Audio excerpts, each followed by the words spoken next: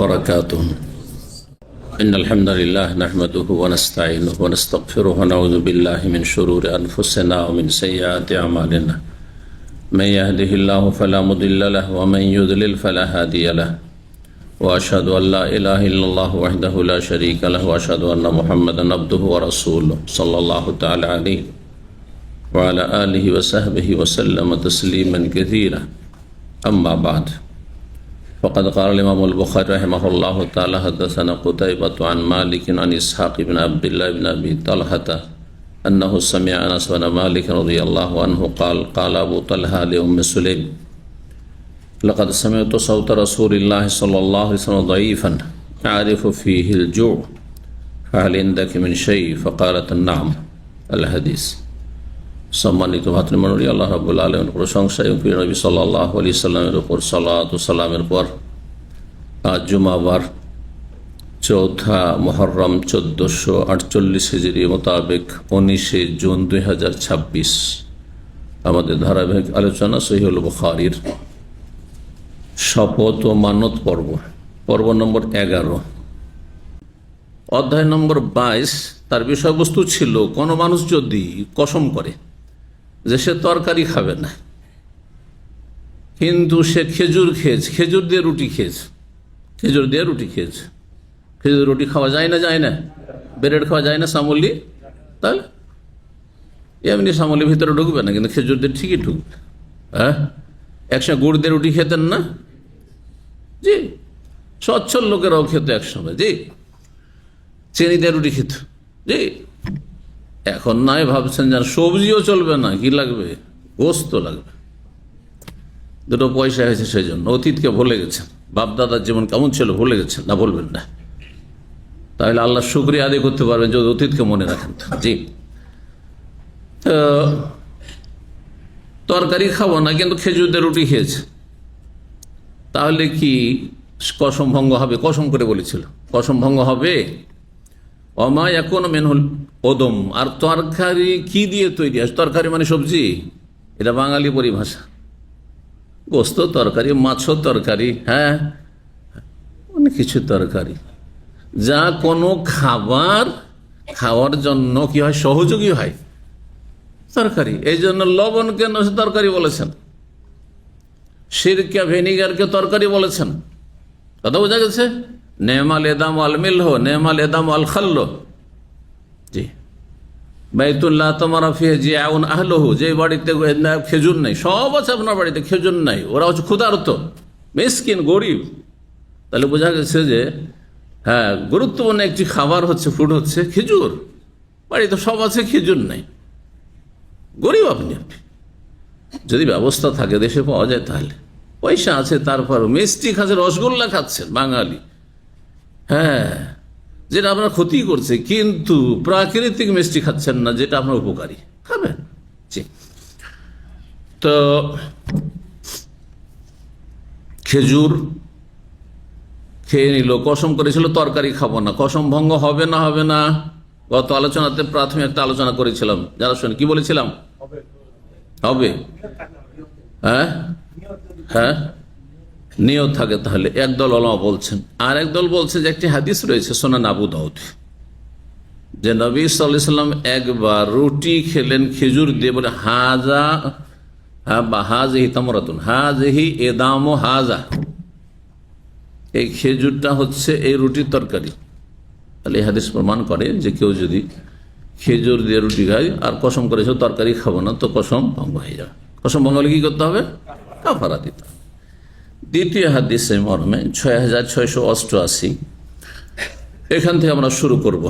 আনাস বিন মালিক রাদিয়াল্লাহু তাআলা আনহু বলছেন, কাল আবু তালহা, তার মায়ের স্বামী।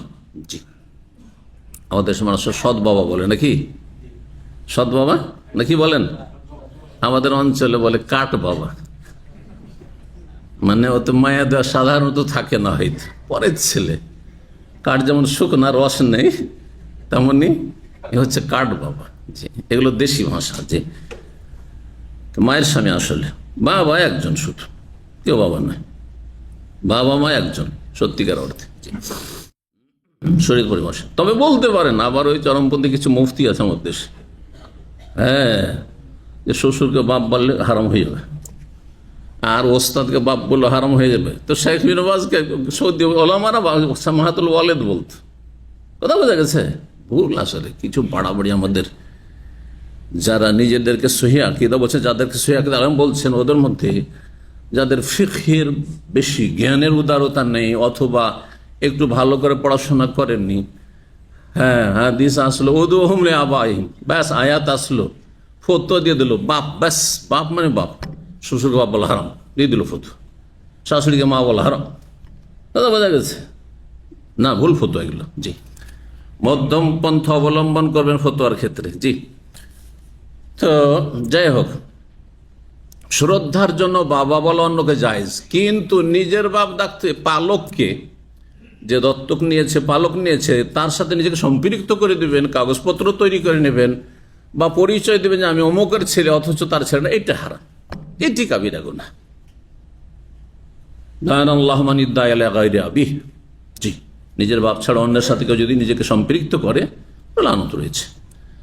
জি, তো বলছেন যে আবু তালহা বললেন উম্মে সুলাইমকে একদিন, মানে স্ত্রীকে, আনাসের মাকে, লাকাদ সামি'তু সাওতা রাসূলিল্লাহ যায়ীফান, আজকে আমি রাসূলুল্লাহ সাল্লাল্লাহু আলাইহি ওয়াসাল্লামের কণ্ঠস্বর খুব দুর্বল পেলাম।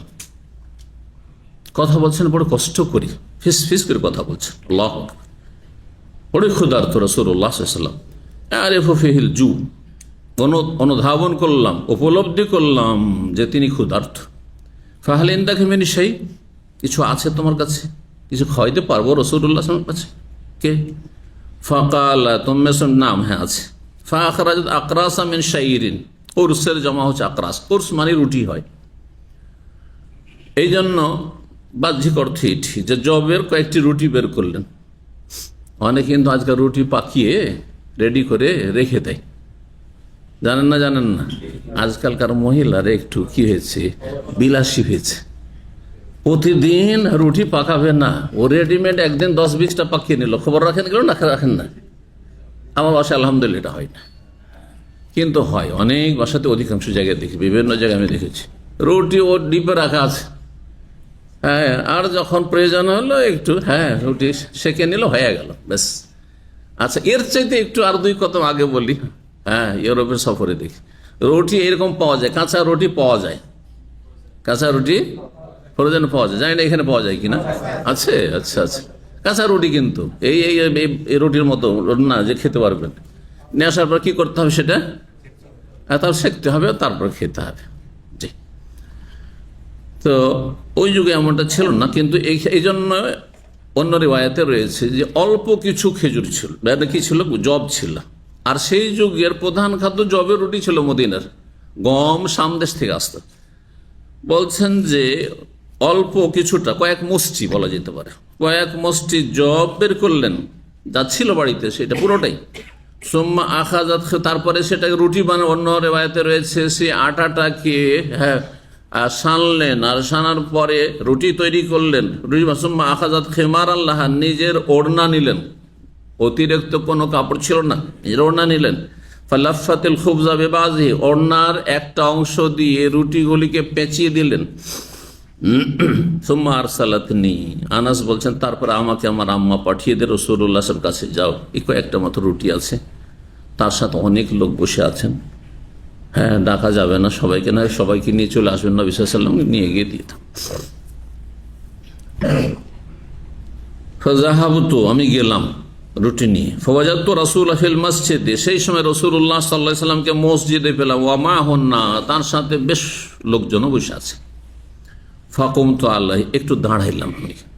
নবী সাল্লাল্লাহু আলাইহি ওয়াসাল্লাম উপলব্ধি করলেন যে বিশেষ কোনো কাজে এসেছে আনাস।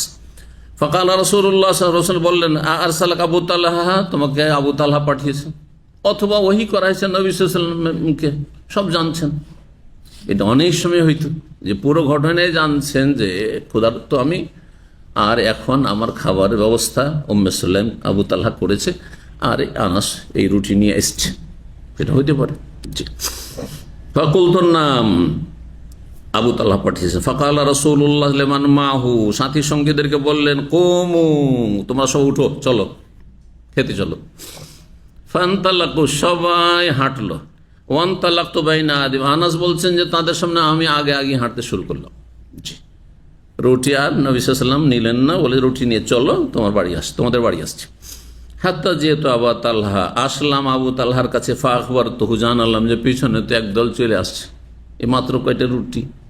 জি, ফাকাল আবু তালহা বলি ইয়া উম্মে সুলাইম, ঘাবিয়ে গেছেন, উদ্বিগ্ন আবু তালহা, জি এত লোক নিয়ে চলে আসেন নবী সাল্লাল্লাহু আলাইহি ওয়াসাল্লাম, খাওয়াবো কি করে, কি খাও, বাড়িতে কিছু নেই তো।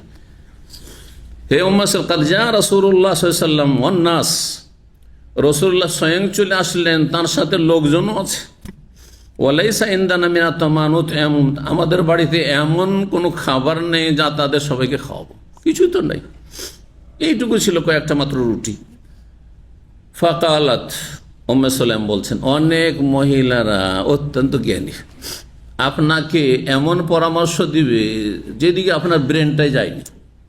এই জন্য স্ত্রীদের কাছে পরামর্শ নিতে হয়। বাড়িতে আপনি একনায়কত্ব খাটাবেন না, আমি বেশি বুঝি, তুমি কি বুঝো, সবসময় এই ধ্যান ধারণা, এইটা ভুল রাস্তা। রাসূলুল্লাহ সাল্লাল্লাহু আলাইহি ওয়াসাল্লাম পরামর্শ নিয়েছেন উম্মে সালামা রাদিয়াল্লাহু তাআলা হুদায়বিয়ার সন্ধির সময়, একাধিক সময়। জি, পরামর্শ নেওয়া ভালো। কি করা যায়? বললেন আল্লাহ ওয়া রাসূলুহু আ'লাম, আপনি কেন চিন্তা করছেন? নবী সাল্লাল্লাহু আলাইহি ওয়াসাল্লাম নিয়ে আসছেন, উনি চিন্তা করবেন, আমাদের কি চিন্তা করার আছে, উনি নিজেই আসছেন, আমরা তো রুটি দিয়ে পাঠিয়ে দিয়েছিলাম। ফান্তালাক আবু তালহা বাড়ি থেকে এগিয়ে গেলেন। আনাস আগে চলে আসছে, এখন পথে আছেন রাসূলুল্লাহ সাল্লাল্লাহু আলাইহি ওয়াসাল্লাম, সাহাবায়ে কেরামগণ। হাত্তা লাকিয়া রাসূলুল্লাহ সাল্লাল্লাহু আলাইহি ওয়াসাল্লাম, রাসূলুল্লাহর সাথে সাক্ষাৎ করলেন পথে। এখান থেকে কি বোঝা গেল, বাড়িতে যদি মেহমান আসে তাহলে বাড়ির মালিক বাড়ির বাইরে গিয়ে গাড়ি থেকে আজকাল যেমন রিসিভ করা শ্রদ্ধা সম্মানের জন্য, অথবা বাসার নিচে গিয়ে রিসিভ করে নিয়ে আসা, অথবা কমপক্ষে গেটে গিয়ে, এইটা আপনার রুমে বসে থাকার চাইতে ভালো। রুমে ভদ্রলোক বসে আছেন, নিজেও যাচ্ছেন না, একটা ছেলেকেও পাঠাচ্ছেন না, চলে আসেন চলে আসেন চলে আসেন। বিশেষ করে যদি আপনার শ্রদ্ধাভাজন মেহমান, আপনার জুনিয়র না, আপনার সিনিয়র মেহমান, বোঝা গেছে না? জি জি, দেখেন না আজকাল ভালো স্টারওয়ালা হোটেলগুলিতে আমরা দেখেছি যে গাড়ি গিয়ে লাগতে সাথে সাথে দরজাটা এসে খুলবে, হ্যাঁ, হোটেলের লোকেরা, আর তারপরে নামিয়ে নিয়ে যাবে সাথে করে, কেউ সাথে করে নিয়ে যাচ্ছে, হ্যাঁ, আর তারপরে ব্যাগ ছুঁতে দিবে না, কেউ করছে না। জি,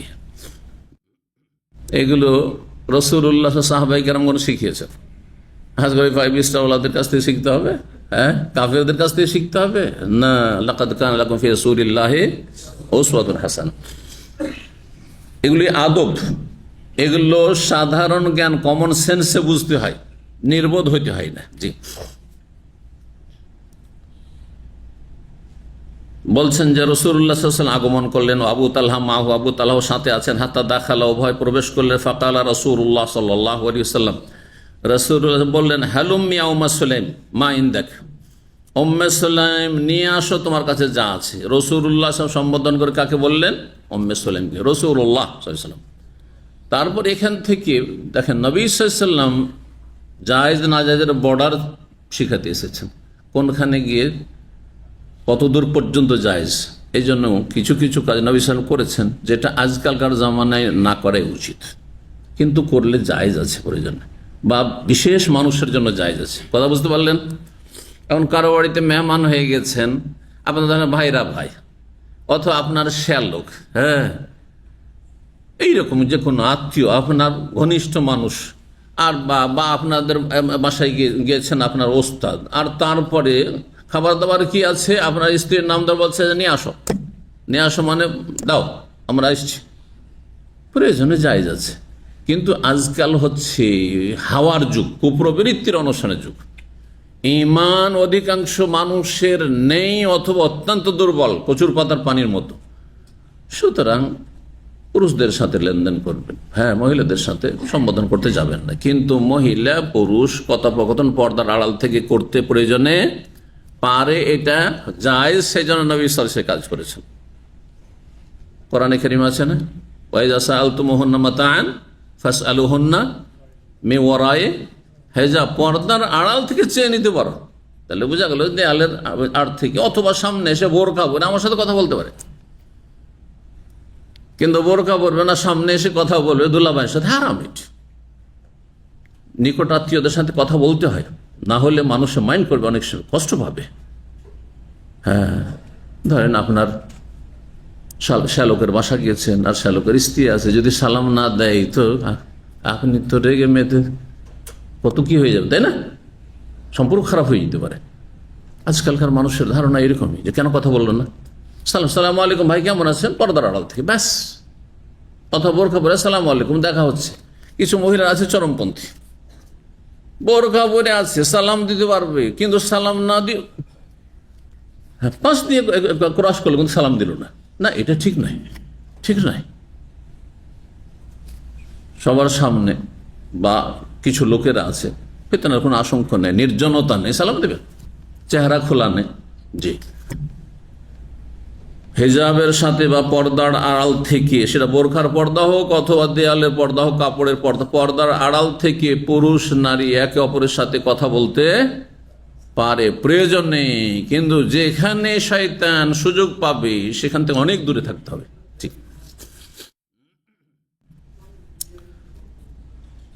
বলছেন, নিয়াসম্মেশলাম যা আছে, ফাতাত বেজালিকাল খুবজ, ওই রুটিটাই, যে রুটিটা দিয়ে পাঠিয়েছে ওই রুটিটাই, আর তো কিছু নেই, নিয়ে আসা হইলো।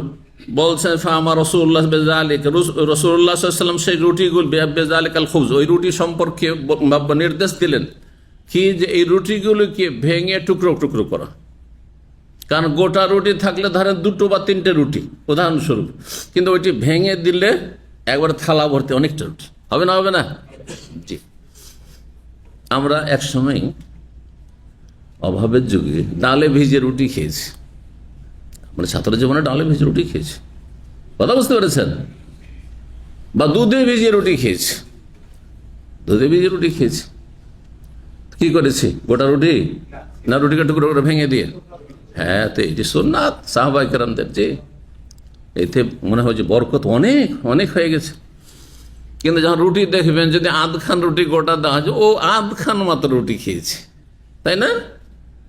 যদি গোটা একটা আম দেওয়া হয় তো বলবে যে একটা আম মাত্র দিয়েছে, কিন্তু ওই আমটাকে কেটে টুকরো টুকরো করে যদি আপনাকে দেওয়া হয়, অনেকটা, এই এতটা আম খেয়েছি, তখন আর বলবে যে একটা আম খেয়েছি, এই বরকত। জি, মনের দিক থেকেও বরকত, আর এমনি তো বরকত আছে। এই জন্য টুকরো করা হলো। ও আসারা তোম্মাহা, উম্মে সুলাইম রাদিয়াল্লাহু তাআলা আনহা, তার বাড়ির একটি চামড়ার পাত্র কে কি করলেন, চামড়ার পাত্র থেকে কোন রকম করে নিংড়ানো, বুঝেন? হ্যাঁ, নিংড়ানো সুন্দর ভাষা তো, তাই না? নিংড়ে, কিছু ছিল না, একটু সামান্য ছিল, মা মুছে একবারে বের করলেন, যাতে কি ছিল, সাধারণত ওই চামড়ার পাত্রে রাখা হইতো ঘি ছিল। ফাদামাথু, সেই ঘিটিকে তরকারি বানালেন। রুটির তরকারি হচ্ছে কি, তো এখানে বুখারী দেখেন ফিকহ, রুটির তরকারি যদি ঘি হইতো, ঘি যদি তরকারি হইতে পারে তো খেজুরও তরকারি হইতে পারে, এর নাম কিয়াস। এর নাম কি? কিয়াস। সুম্মা ক্বালা ফিহা রাসূলুল্লাহ মা শা আল্লাহ ইয়াকুল, তারপর রাসূলুল্লাহ সাল্লাল্লাহু আলাইহি সাল্লাম আল্লাহ যা চাইলেন সেই দোয়াগুলি এই খাবার সামনে রেখে পড়লেন। সুম্মা ক্বালা, বা বরকতের দোয়া করলেন। কোন কোন রিওয়ায়েতে রয়েছে আল্লাহুম্মা বারিক, জি, ইত্যাদি এই ধরনের ভাষা। বারাকাল্লাহু ফীহিম, বারাকাল্লাহু ফী হাযা আত-তা'ম, তা বলেন, নিজের ভাষায় বলেন, কোনো অসুবিধা নেই। জি, কিন্তু এর নামার বেদাতীদের কাছে বলবেন, হ্যাঁ ফাতিহা খানি না কি বলে এগুলোকে, হ্যাঁ বেদাতীরা, হ্যাঁ খাবারের সামনে পীর সাহেব আসলে কিছু পড়ে ফুটু দেয়, না গুলো নেই, নবী সাল্লাল্লাহু আলাইহি ওয়াসাল্লাম ফু দিয়েছেন, এমনি পড়েছেন, দোয়া করলেন। সোম্মা কালা বললেন, ইজেনলি আশারা, 10 জনকে আসতে বলো, কারোর বাড়িতে বসার জায়গা নেই, ছোট্ট ঘর, 10 জনকে আসতে বলো। ফাজান আল্লাহ মোহাম্মদ ফাকালু, তার 10 জন খেয়ে দিয়ে হাত তাসাবু, তৃপ্তি সহকারে খেয়ে দিয়ে বেরিয়ে, সোম্মা খারাজু, বেরিয়ে চলে গেল। সোম্মা, তাহলে খাওয়া দাওয়া হলে চলে যান, বের করিয়ে না, জায়গা বেশি নয়, খাওয়া দাওয়া হয়েছে চলে যান। সোম্মা কাল বললেন, ইজেনলি আশারা, 10 জনকে অনুমতি দাও। ফাজান আলম, তাদের অনুমতি দেওয়া হলো। ফাকাল আল কওম কুল্লুহুম ওয়াশাবিউ, সবাই তৃপ্তি সহকারে খাবার খেলো। ওয়াল কওম, আর এদের সংখ্যা, এই লোকজনের সংখ্যা কত ছিল? 70 রাজুলান, 70 কিংবা 80 ছিল। সুবহানাল্লাহ। 7 বার বা 8 বারে বসেছে।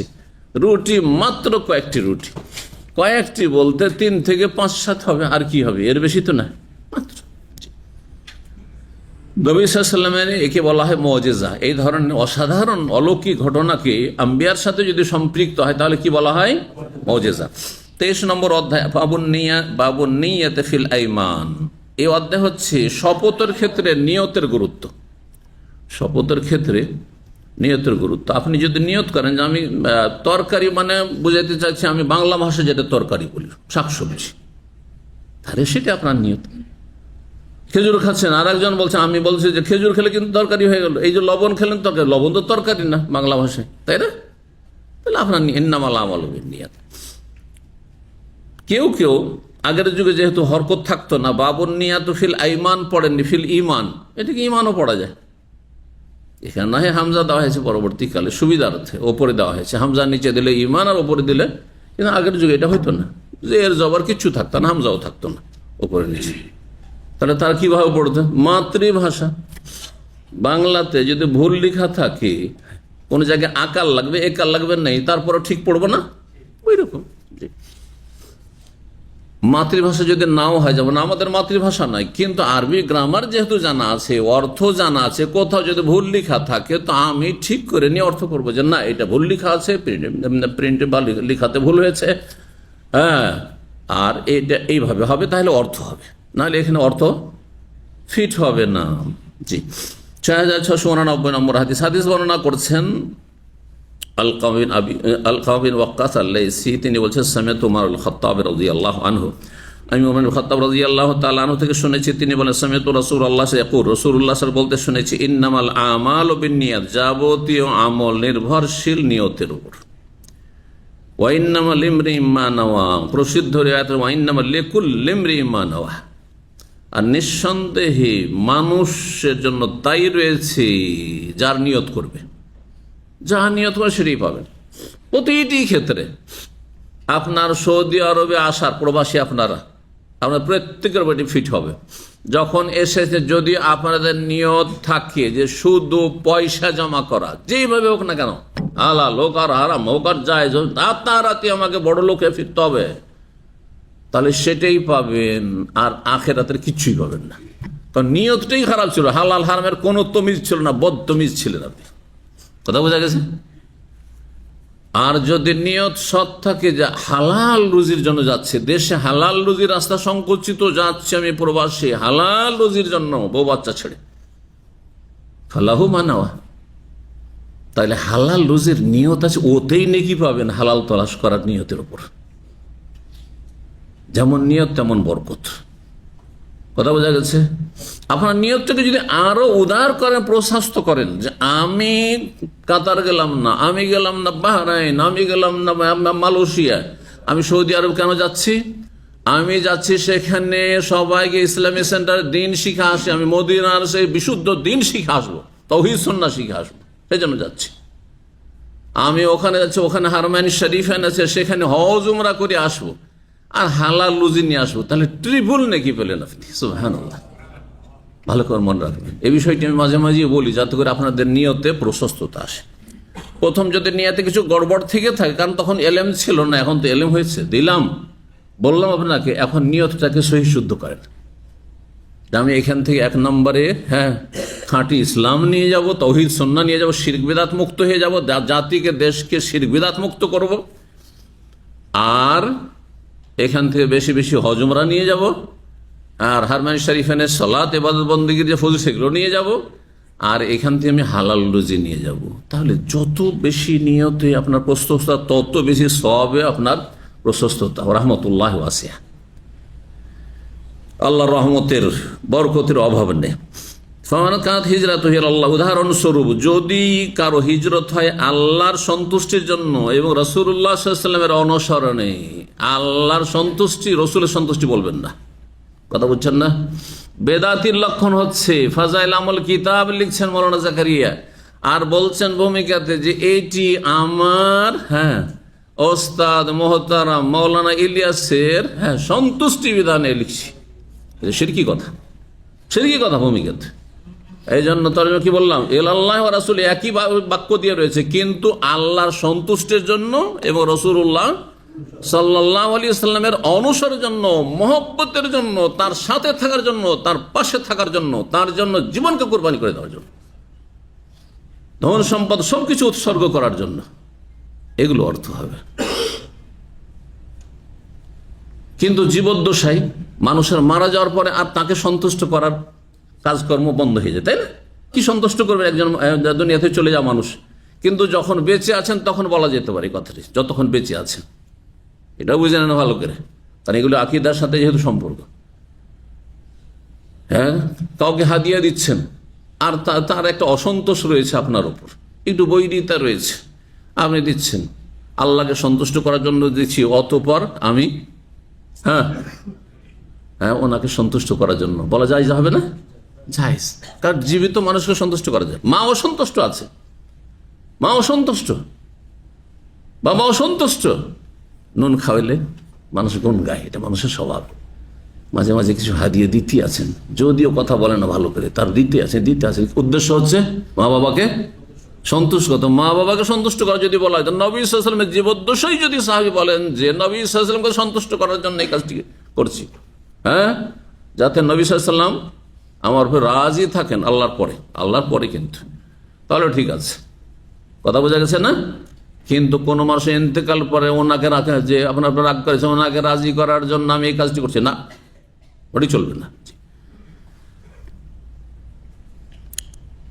যদি কারো হিজরত আল্লাহর জন্য হয় এবং রাসূলের জন্য হয়, রাসূলের নিয়ে আসা দিনকে শক্তিশালী করার জন্য, সেই দিনের হেফাজত করার জন্য, সেই দিন আমি স্বাধীনভাবে পালন করার জন্য, যেখানে আছি সেখানে দিন পালন করা যাচ্ছে না, শিরক বেদাতে লিপ্ত হইতে হচ্ছে, অথবা ছেলেমেয়েরা বেদিন হয়ে যাচ্ছে, সেদিন হিজরত করছে, এখানে এই উদ্দেশ্য।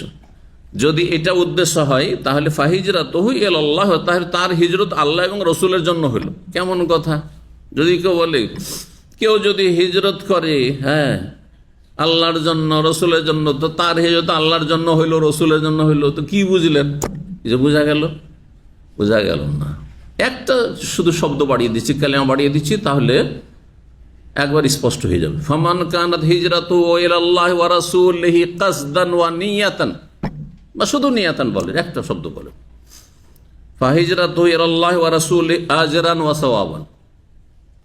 যেই ব্যক্তির নিয়ত হচ্ছে আল্লাহর জন্য হিজরত করা আর রাসূলুল্লাহ সাল্লাল্লাহু আলাইহি ওয়াসাল্লামের জন্য হিজরত করা, তার হিজরত আল্লাহর জন্য হবে, রসুলের জন্য হবে, বা আল্লাহর দিকে হবে, রসুলের দিকে হবে। কোন দিক থেকে?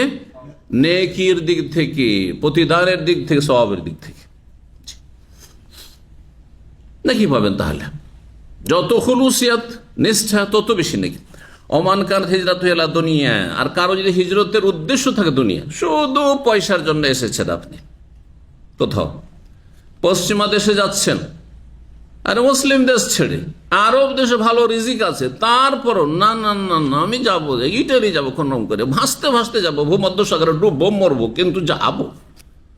বুঝতে পেরেছেন? কিসের জন্য? শুধু দুনিয়ার সুখের জন্য, দিনের জন্য জানেন আপনি দিনের দাওয়াতের জন্য, সেটা ভিন্ন বিষয়। সেখানকার মানুষের কাছে আল্লাহর দিন পৌঁছাবো, সেটা ভিন্ন। সাহাবায়ে কেরাম গেছেন, আবু আইয়ুব আনসারী রাদিয়াল্লাহু তাআলা আনহু, আপনাদের অবগতির জন্য বলছি, এবং তার স্ত্রী উম্মে হারাম বিনতে মিলহান, তাদের কবর আছে সাইপ্রাস, জাজিরা কবরুস, আরবিতে কবরুস, সেটি সাইপ্রাস। কোথায় আছে? ইটালির ভাই আছেন আমাদের মজলিস, মাশাআল্লাহ। ইটালি থেকে এক ভাই আছেন, কাতার থেকে আছেন, আর কোথা থেকে আছেন? আর বিভিন্ন জায়গা থেকে, জবেল থেকে তো মাশাআল্লাহ আছেন, অনেকে আছেন। কি বলছিলাম? আবু আইয়ুব আনসারী রোজগারের জন্য গেছিলেন মদিনা থেকে, মদিনা রসুলের শহর ছেড়ে গেছেন। কোথায়? ইউরোপে গেছেন তো, পূর্ব ইউরোপে না, সাইপ্রাস। তাহলে কি জন্য গেছেন? দিনের দাওয়াত দিতে। তখন জেহাদ ছিল, জেহাদ ফি সাবিলিল্লাহর জন্য গেছেন। তার স্ত্রী সেখানে বাহনের পিঠ থেকে পড়ে মারা গেছেন, আর সেখানে তার কবর হয়েছে। জি, এবং তিনিও সেখানে ইন্তেকাল করেছেন। আবু আনসার রাদিয়াল্লাহু আবু আনসারী নবী সাল্লাল্লাহু আলাইহি ওয়াসাল্লাম প্রথম মেজবান, হ্যাঁ, প্রথম এসে অবস্থান নিয়েছিলেন কোথায়? নবী সাল্লাল্লাহু আলাইহি ওয়াসাল্লাম মদিনায়, আবু আইয়ুবের বাড়িতে। জি, কিন্তু আল্লাহর দিনের জন্য গেছেন তারা। ওই রকম যদি উদ্দেশ্য থাকতো নাকি পাবেন ইনশাআল্লাহ, কাফের দেশে গেলেও। কিন্তু স্থায়ীভাবে ছেলে মেয়ে, আপনার মতো ছেলে মেয়ে দায়ী নাও হইতে পারে, আপনার মতো ছেলে মেয়েরা নিজের ঈমান রক্ষা নাও করতে পারে, তাদের কথা আপনাকে শতবার চিন্তা করতে হবে, শতবার চিন্তা করতে হবে, বহুবার চিন্তা করে যে তাদেরকে রক্ষা করতে হবে। কু আনফুসাকুম ওয়া আহলিকুম, তোমার আহলকে বাঁচাইতে পারবে কিনা জাহান্নাম থেকে। তো একা তো কোন রকম করে গিয়েছিল সৌদি আরব থেকে, একবার দাড়ি টাড়ি নিয়ে আর ধার্মিকতা নিয়ে আর সহি আকীদা নিয়ে শক্ত হয়ে থেকেই গেলে প্রতিকূল পরিবেশে, কিন্তু সেখানে গিয়ে তোমার হাতছাড়া হয়ে গেল ছেলে মেয়েগুলো, কি করবে তুমি? এই জন্য স্থায়ীভাবে মুসলিম দেশে যদি নাগরিকত্বের ব্যবস্থা থাকে, তার অমুসলিম দেশে স্থায়ী নাগরিকত্ব নেওয়া জায়েজ নয়। যান আর চলে আসেন, যান আর চলে আসেন। আল্লাহর দিনের দাওয়াত, তাও কিসের জন্য যাবেন? বিনোদনের জন্য, আমোদ ফুর্তি করার জন্য। মুসলিম দেশে বিনোদন করেন, যান আভা যান, যান তায়েব যান, জি, ভালো জায়গায় যান, জি, যেখানে ফিতনা নেই, যেখানে ঈমান হারিয়ে যাওয়ার আশঙ্কা নেই, ভালো ভালো জায়গায়, হ্যাঁ, আপনার নিজের দেশে আছে সেখানে যান। আল্লাহ বুঝার তৌফিক দান করেন। ওমান কানাত হিজরাতুহু ইলা দুনিয়া, কেউ যদি দুনিয়ার জন্য হিজরত করে, ইউসিবুহা, দুনিয়া অর্জনের জন্য, আও ইমরাতিন, অথবা কোনো স্ত্রীর, হ্যাঁ, জন্য, কোনো নারীর জন্য বিয়ে করবে, সেই জন্য, ইয়াতাজাওয়াজা, বিয়ে করার উদ্দেশ্যে কোন একজনকে বিয়ে করতে চায়, ও বলছে যে আমি যাব না আপনার কাছে, আপনি যদি আসেন তাহলে যাব। কথা বোঝা গেছে? তাহলে আপনি আল্লাহর জন্য, রাসূলের জন্য হিজরত করেননি। ফাহিজরাতুহু ইলা মা হাজারা ইলাইহি, যেই উদ্দেশ্যে সে হিজরত করেছিল সেই হিজরতটা তার সেইটাই, সেই উদ্দেশ্যে হবে। কিসের দিক থেকে?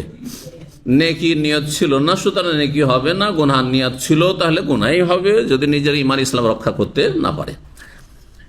24 নম্বর অধ্যায় হচ্ছে বাবুনি অধ্যায় হচ্ছে ইজ আহদা মালাহু আলা ওয়াজহিন নাজরি ওয়াত তাওবাত, কোন ব্যক্তি যদি নিজের ধন সম্পদ দান করে দেয়, আহদা মানে শাব্দিক অর্থ উপঢৌকন, হাদিয়া দেওয়া, তোহফা দেওয়া, কিন্তু এখানে দান করে কিসের জন্য? আলা ওয়াজহিন নাজরি, মান্নতের উদ্দেশ্যে আর তওবার উদ্দেশ্যে।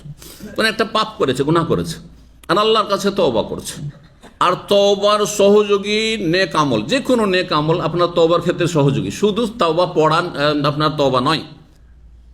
এটাই হচ্ছে সাহাবায়ে কেরামদের আদর্শ, যে আপনি যত বেশি নেক আমল বৃদ্ধি করবেন, তত তওবা আপনার শক্তিশালী হবে, টিকসই হবে। জি, তো কোন ব্যক্তি মান্নত করছে যে আল্লাহ আমার যদি বালা মুসিবত দূর হয়ে যায়, অথবা আমি গুনাহগার, আল্লাহ তুমি আমার তওবাটি কবুল করো, হ্যাঁ, তাহলে আমি এই ধন সম্পদ তোমার রাস্তায় খরচ করে দেবো, এই জমিটা আল্লাহ তোমার রাস্তায় দিয়ে ওয়াকফ করে দেবো, মসজিদে দিয়ে দেবো, মাদ্রাসায় দিয়ে দেবো, এতিমখানায় দিয়ে দেবো, আমি ইসলামী সেন্টারে দিয়ে দেবো, ইত্যাদি, আমি এত টাকা দান করব। তাহলে এই তার দানটি উদ্দেশ্য কি? তওবা এবং মান্নত করা, জায়েজ আছে। কাব বিন মালিক রাদিয়াল্লাহু তাআলা তাবুকের যুদ্ধে যেতে পারেননি, 3 জনের একজন তিনি ছিলেন। 50 দিন পর তওবা কবুল হলো। কাবিরা গুনাহ যখন যুদ্ধ ফরজ থাকবে, আল্লাহর কালিমা উচ্চারণ করার জন্য, যখন ফরজ থাকবে, ফরজ আইন থাকবে, তখন ফরজে কিফায়া থাকে, কিছু লোকেরই হয়। আর যদি বিজয়ের সম্ভাবনা একেবারে না থাকে, তখন জিহাদ জায়েজ নয়। মক্কাতে জিহাদ জায়েজ ছিল না? না জায়েজ ছিল? না জায়েজ ছিল না? আল্লাহ বলছেন কুফু আইদিয়াকুম, মক্কার আয়াত। আলাম তারাল্লাযীনা ক্বিলা লাহুম কুফু আইদিয়াকুম, তুমি কি জানো না তাদেরকে যাদেরকে বলা হয়েছিল যে নিজের হাতকে গুটিয়ে রাখো। আরে আবু জাহল, আবু লাহাব মারলো, মার খেয়ে থাকো, হাত বাড়াবে না, মারছে তো আমি মারবো। মারামারি যেটাকে বলে, না করিও না, মারামারি করিও না কাফেরদের সাথে। আল্লাহ বলছেন ওয়াকিমুস সালাহ, নামাজ পড়ো, আল্লাহর কাছে সাহায্য চাও। তো মুসলিম জাতির অবস্থা বুঝে চিন্তা করতে হবে আপনাকে। আপনি আছেন প্রতিকূল অবস্থায়, হ্যাঁ, আদার ব্যবসায়ী আর জাহাজের স্বপ্ন, কি প্রবাদ আছে, বুঝতে পারছেন না? তো মুসলিম জাতি এখন এইরকম পরিস্থিতিতে বিজয়ের সম্ভাবনা নেই, হ্যাঁ, আর নেতৃত্ব কিয়াদত নেই এর জন্য। আর নেতৃত্ব ছাড়া জিহাদ হয় না। ইন্নামাল ইমামু জুন্নাহ, ইমাম হচ্ছে ঢাল স্বরূপ, বর্মস্বরূপ। ইউকাতালু মিন ওয়ারাইহি, লড়াই হলে তার পেছনে থেকে, তার সামনে নয়। জি, আপনার শাসক কোথায়? জি, আপনার বিজয়ের সম্ভাবনা কোথায়? আল্লাহ বুঝার তৌফিক দান করুন। এই জন্য সতর্ক সাবধান চরমপন্থা থেকে, যেমন নাস্তিকতার সেকুলার ইজম থেকে সতর্ক সাবধান। দুইটি গুমরাহি, দুইটি গর্ত, রাজপথ সিরাতে মুস্তাকিমের দুই পাশে। ছেলে মেয়েরা যদি সেকুলার হয়ে যায় জাহান্নামে যাবে, ছেলে মেয়েরা যদি খারিজি জঙ্গি হয়ে যায় জাহান্নামে যাবে। আল্লাহ হেফাজত করুন, দিনের উপর আল্লাহ অবিচল রাখুন। 6690 নম্বর হাদিস। হাদিস বর্ণনা করছেন আব্দুর রহমান বিন আব্দুল্লাহ বিন কাব বিন মালিক ওয়াকানা কায়েদা কাব মিন বনি হিনামিয়া। বলছেন যে তিনি কাব বিন মালিক রাদিয়াল্লাহু প্রখ্যাত সাহাবী কি সন্তানদের মধ্য থেকে, তিনি অন্ধ হয়ে যাওয়ার পরে, কাব বিন মালিক শেষ জীবনে অন্ধ হয়ে গিয়েছিলেন, দৃষ্টিশক্তি হারিয়ে ফেলেছিলেন, তখন তাকে নিয়ে কি করতেন, এখানে সেখানে যেতেন, মসজিদে যেতেন, তাকে টেনে নিয়ে যেতেন, সাথে করে নিয়ে যেতেন, মানে সহযোগী ছিলেন। কালাসামে তো আমি শুনেছি কাব বিন মালিক, মানে দাদা থেকে, ইয়াকুলফি হাদিসেহি, তার যে তাবুক যুদ্ধে না যাওয়া সম্পর্কে, যাচ্ছি এই তো ধরে নেবে, একটু কাজ আছে, সংসারের কাজ আছে, খেজুর পেকেছে, আল্লাহর বড় পরীক্ষা ছিল, একেবারে প্রচন্ড গরমের সময়, এই আগস্ট মাসে যখন খেজুর পাকতে যাবে মদিনার, সেই সময়গুলোতে আর তাবুকের যুদ্ধ ফরজ হয়ে গেল, আর মদিনা সবাইকে যেতে হবে। মুনাফিকরা বিভিন্ন বাহানা মিথ্যাত বলো তো কোনো ব্যাপার না, কারণ তাদের অন্তরে ঈমান নেই। কে বলছে আমার স্ত্রী অসুস্থ, কে বলছে আমার ছেলে অসুস্থ, কে বলছে আমি নিজে অসুস্থ, কে বলছে আমি খোঁড়া, কে বলছে আমার শরীর পেটে ব্যথা, সবকে বলে ঠিক আছে, যাদের ওজোর আছে যেও না, জানছেন না সেটা মুনাফিক, আসলে যাবেন না।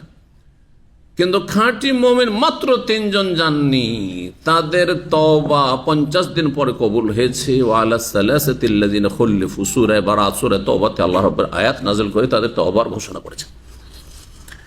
তো কাব বিন মালিক রাদিয়াল্লাহু বলছেন তার সেই দীর্ঘ হাদিসে, ওয়ালা সালাসাতিল্লাযিনা খুলিফু, সূরা তওবা আয়াত নম্বর 118 শেষ দিকে রয়েছে, ওই 3 জনের আল্লাহ তওবা কবুল করেছেন। আল্লাযিনা খুলিফু, তারা কিন্তু তাকাল্লাহু, তারা নিজেরা পিছে থেকে যাচ্ছি করে, কিন্তু আল্লাহ তাদের পক্ষ থেকে ডিফেন্স করছেন যে তারা ইচ্ছে করে পিছনে থাকেনি, কারণ নিয়ত খারাপ ছিল না। ধরেন মক্কা যাওয়ার জন্য সাথী সঙ্গীরা আছে, আর তারা আপনাকে ডাকছে, কথা বোঝা গেছে, আর আপনি যাবেন, নিয়তে আছে যাবেন, কিন্তু হচ্ছে একটু কাজ আছে আমার বাজারে, ভাই আপনি এই বাসটা ছুটে যাচ্ছে, বাসে চলে যাও, আমি পরের বাসে আসছি। তাহলে পরের বাস কি হয়ে গেল, খারাপ হয়ে গেল, অথবা যে কোনো কারণে লেট হয়ে গেল, সেই বাসও ছুটে গেল, সেই বাস কি হয়ে গেল, ছুটে গেল। ওই রকম ঠিক অবস্থাটা ছিল। আচ্ছা কাজটা সেরে নি, আর তারপরে ওনারা তো যাচ্ছেন, আমরা একটু দৌড় দিয়ে যাবো, স্পিডে যাবো, আর তোরা সাথ ধরে নেবো নবী সাহাবায়ে কেরামদের, কিন্তু আর যাওয়া হইল না। অনেক দূর যখন চলে গেল, তো খুঁজেই পাবো না মরুভূমিতে, এখনকার মতো রাস্তা না যে পিছনে পিছনে গেলে এই রাস্তা দিয়ে তো তাইফ হইতে যাবেন, কোথাও দেখা হয়ে যাবে না, হারিয়ে যাবো কোথাও। কোন দিয়ে গেলে নবী সাল্লাল্লাহু আলাইহি ওয়াসাল্লাম, কাছাকাছি থাকলে হয়তো খুঁজে পেতাম, যাই হোক আর যেতে পারলেন না। ফাকাল ফি আখির শেষ হাদিসে বলছেন, যখন তওবা কবুল হইল, খুশিতে আনন্দে, শুকরানা, এ শুকরানা সাদাকা, ইন্না মিন তওবাতি, আমার তওবার অন্তর্ভুক্ত হচ্ছে কি, আনখালি আমি মালি সাদাকাতান ইলাল্লাহি ওয়া রাসূলিহি, যে আমি আমার পুরো ধন সম্পদ, সুবহানাল্লাহ, একটা শুধু জমি জায়গা নয়, 1টি 2টি 10টি খেজুর গাছ নয়, আমার সমস্ত ধন সম্পদ থেকে আমি কি হয়ে যাব, মুক্ত হয়ে যাব, শূন্য হয়ে যাব, সাদাকাতান, দান সাদকা করে, এর আল্লাহে, আল্লাহ সন্তুষ্টির জন্য এবং রাসূলুল্লাহ সাল্লাল্লাহু আলাইহি ওয়াসাল্লামের সাহায্য সহযোগিতার জন্য, দিনের সাহায্য পাশে দাঁড়ানোর জন্য, বুঝতে পেরেছেন, সব দান করে দিলেন। তখন নবী সাল্লাল্লাহু আলাইহি ওয়াসাল্লাম আজকালকার মতো মাদ্রাসার মসজিদওয়ালাদের মতো সুবিধাবাদী ইল্লাম রাহিমাল্লাহ যদি হইতেন, তো কাজ হয়ে গেছে। অমুক 1 কোটি টাকা দিতে চেয়েছে, ওনার জমি জায়গা সবগুলি আমাদের মাদ্রাসে ওয়াকফ করে দিতে, কাজ হয়ে গেছে। তাহলে তো বিশাল জায়গা পেয়ে গেছি, ফিরি না, এই কাজ করেছেন। এটা আদর্শ। জি, মানুষের খেয়াল রাখবেন। জি, ফিরি খাওয়াইতে যে শেখ আপনাকে একটু খাওয়াইতে যায়, চলেন একটা ভালো হোটেলে খাই, সুযোগ পেয়ে গেছি, এখন যাই সাথে সাথে। এটা নবী সাহাবায়ে কেরামের আদর্শ নয়, এই কাজ করা মোটেই উচিত নয়। একেবারে অগতির গতি হইলে না, ঠিক আছে যেতে হবে তখন, কিন্তু এমনি তো যথাসাধ্য আপনার পয়সার যেমন দরদ ব্যথা মায়া আপনার ওপর, তার চাইতে বেশি আপনার মুসলিম ভাইদের পয়সা সেভ হোক, বাঁচুক, এটি চেষ্টা করবেন। এটা ভালো চরিত্র, এতে সম্মান বাড়ে, এটি সালাফদের আদর্শ। ভালো করে বুঝার আল্লাহ তৌফিক দান করেন। কিছু কিছু আলেম সমাজ আছে এত বেহাই, আল্লাহ হেদায়েত করুক তাদেরকে, ও সুযোগে থাকে, চলেন কোথাও একটু চা খাওয়া যায়। ও জানছে যেহেতু ছাত্র, আমাকে তো বিল দিতে দেবে না, যদি আমি বলি চলেন, তাই না? কেন যাবেন আপনি? খাবেন, একাই যান, যাতে বিলটা আপনাকে দিতে হয়। আপনাকে আমি কেন বলবো চলেন, দিতে দেবেন? আমাকে কোনোদিন দিতে দেবেন না। কেন যাবো আপনার সাথে আমি? হ্যাঁ, কোনো জায়গায় খেতে, হ্যাঁ, মোটেই না। যাই হোক, নবী সাল্লাল্লাহু আলাইহি ওয়াসাল্লাম কি বলছেন শোনেন, আমসিক আলাইকা বাযা মালিকা, তোমার কিছু সম্পদ তোমার কাছে রেখে নাও, ফাহুয়া খায়রুল লাকা, সেটি তোমার জন্য বেশি ভালো হবে। একেবারে হ্যাঁ, ধন সম্পদ শূন্য হয়ে যাও, নিঃস্ব হয়ে যাও, রাখো।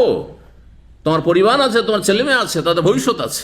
জি, 25 নম্বর অধ্যায়, বাবুনি অধ্যায় হচ্ছে এজা হারামা তামান, কোনো খাবারকে যদি কেউ হারাম করে দেয়, যা আমি খাবো না, এটা আমার যখন ক্ষতি হচ্ছে। কিসে ক্ষতি হয়? দু একটি খাবারের উদাহরণ বলেন তাহলে বলি। হ্যাঁ, গর্ভস্থ ক্ষতি পেলেন, ভালোই, বাঙালি সব অসন্তুষ্ট হয়ে যাবে।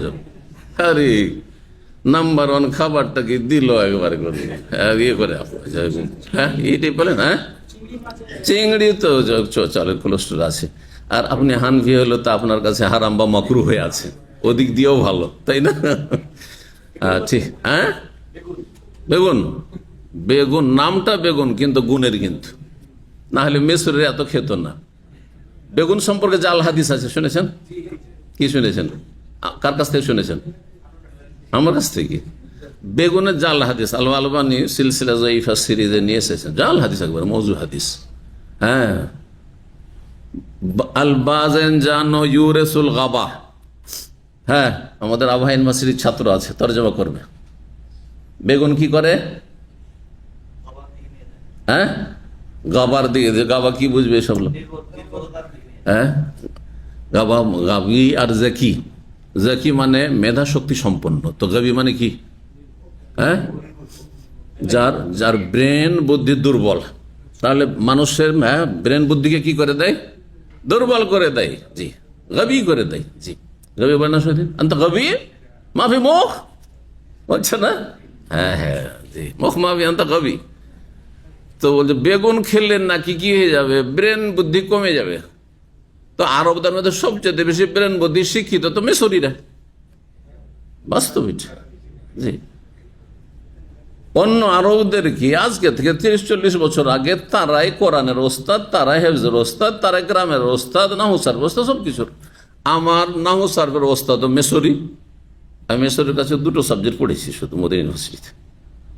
ওরা কোরআন হাদিস অত ভালো না, হাদিস আবার দুর্বল খুব, কিন্তু হ্যাঁ, কারণ ওদের আকিদে দুর্বল, আকিদে তো দুর্বল।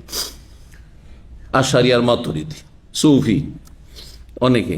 তো আমাদের যে ওস্তাদ পড়ছেন নাহু সার্ফ, গ্রামার, গ্রামারে সুবহানাল্লাহ, মানে অসাধারণ ওস্তাদ পড়েছি। 2 জন ওস্তাদ, একজন সুডানি আর একজন এর কাছে গ্রামার পড়েছি 4 বছরের মধ্যে মদিনা ইউনিভার্সিটিতে। আর কোরআনের কেরাত পড়েছি, বড় বিখ্যাত একজন ওস্তাদ, কোরআনে কারীম যে আপনার কিং ফাহাদ কমপ্লেক্সে যেটা ছেপে আছে, তার যে রিভাইজেশনের প্রধান ছিলেন তিনি শেখ আব্দুল সালাম আব্দুল হাকিম খাতের। জি, বেঁচে আছেন না, চলে দুনিয়াতে চলে গেছেন আল্লাহ আলাম, কিন্তু মিশর চলে গেছে, মুরব্বী ছিলেন তখনই। তো তারা খুব বিখ্যাত দুনিয়ার মধ্যে, আন্তর্জাতিক মানে মানে বিখ্যাত। আর তারপর 10 কেরাতের তারা মাহের পারদর্শী। তাদের কাছে আমরা ওই কেরাত আর তাজবিদ আর কোরআন 10 পারা করে কোরআন যে 4 বছর মুখস্থ হইতো, তো সেগুলো শুনিয়েছি। যাই হোক, কি বলতে গিয়ে বললাম, হ্যাঁ, বেগুন, বেগুন কিন্তু বাগুন, অনেক অঞ্চলের লোকেরা বাগুন বলে না, বেগুন না বলে বাগুন বলা ভালো, কারণ বেগুনে গুণ আছে, আর বেগুন মানে গুণ নেই। হ্যাঁ, বেহুদা বলছেন না, হ্যাঁ, বেকুফ বলছেন না, ওকুফ না করে দিলেন, মানে যে বেকুফ, বে মানে না হয়, তাই না?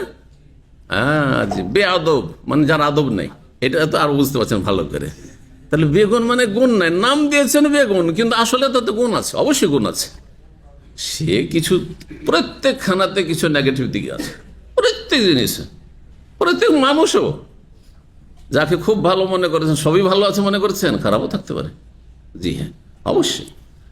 একমাত্র আম্বিয়া রসুলগণ আর নিয়ামতের ক্ষেত্রে একমাত্র জান্নাত। জি। তো কেউ যদি খাবারকে হারাম করে দেয়, কোনো খাবার তাকে ভালো লাগে না, সেই জন্য হারাম করে দিয়েছে। অনেকে কিন্তু রুচি করে বট খেতে চায় না, অথবা চিংড়ি খেতে চায় না। আমি কসম করলো না, কিন্তু বললো আমি আজকে থেকে আমার ওপর চিংড়িকে হারাম করে দিলাম। সবাইকে দেশে কাঁকড়া খাচ্ছে, আর বলছে আমি কাঁকড়াকে হারাম করে দিলাম, খাবো না। আমার হারাম, আপনাদের হারাম না, খান, আপনার শরীয়তে জায়েজ, কিন্তু আমি আমার উপর হারাম করে দিলাম। আর তারপরে একদিন সবার পাল্লাতে পড়ে খেয়ে নিয়েছে, তো কাফারা দিতে হবে না? হবে না? হারাম করলেও কসমের কাফারা দিতে হবে। জি। ও কওলুহু তাআলা, মহান আল্লাহর বাণী। সূরা তাহরিম একটি সূরাই রয়েছে, যে সূরার নাম হচ্ছে তাহরিম, মানে হারাম করে নেওয়া। নবী সাল্লাল্লাহু আলাইহি সাল্লাম বিশেষ কোনো কারণে মধু খুবই পছন্দ করতেন, মধু খুবই পছন্দ করতেন। মিষ্টি যে নবী সাল্লাল্লাহু ভালোবাসতেন, মানে প্রাকৃতিক মিষ্টি, হয় মধু আর না হলে খেজুর, কিশমিশ ইত্যাদি। তো আল্লাহ রাব্বুল আলামিনের বাণী, ইয়া আইয়ুহান নবী, হে নবী, আল্লাহ বলেন লিমা তুহাররিমু মা আহাল্লাল্লাহু লাক, আল্লাহ তোমার জন্য যা হালাল করেছেন তা তুমি হারাম কেন নিজের জন্য করে দিলে? তাবতাগি মারদাতা আজওয়াজিক, তোমার স্ত্রীদেরকে সন্তুষ্ট করতে চাও, হ্যাঁ, কারো সন্তুষ্টির জন্য না, কারো কথা শুনে, কোনো কিছুকে কারো মন্তব্য শুনে হারাম করবে না। ওয়া কওলুহু, হ্যাঁ, এই তো সূরা তাহরিমের প্রথম আয়াত। আর সূরা মায়েদার 87 নম্বর আয়াতে রয়েছে যে লা তুহাররিমু তাইয়্যিবাতি মা আহাল্লাল্লাহু লাকুম, যা তোমাদের জন্য আল্লাহ হালাল করেছেন সেসব পাক পবিত্র বস্তু তোমরা কখনো হারাম করো। যা হালাল তাকে হালাল জানবে, রুচি হলে খান, না হলে খাবেন না। কিন্তু আপনি হারাম ফতোয়া দিতে যাবেন না, অথবা কেউ খেলে কাউকে ঘৃণা করবেন না। আমাদের অনেক ভাইরা কাঁকড়া খায়, কচ্ছপ খায়। হ্যাঁ, কচ্ছপ খাওয়া জায়েজ, কিন্তু কচ্ছপ হারাম নাই, যেই কচ্ছপ পানিতে থাকে, বুঝছেন না? আমাদের এলাকায় প্রথম আহলে হাদিসরাও কচ্ছপকে হারাম বলতো, বুঝতে পারছেন? কচ্ছপ হারাম বলতো। একজন আলেম দিল্লি থেকে পড়ে আসলেন আমাদের দাদা আমলেরও আগে, হ্যাঁ, কিন্তু ওনার নাম দেখিনি, আমাদের জন্মের আগে অথবা জন্মের পরে মারা গেছেন, রাহিমাহুল্লাহ, খুব বড় আলেম ছিলেন।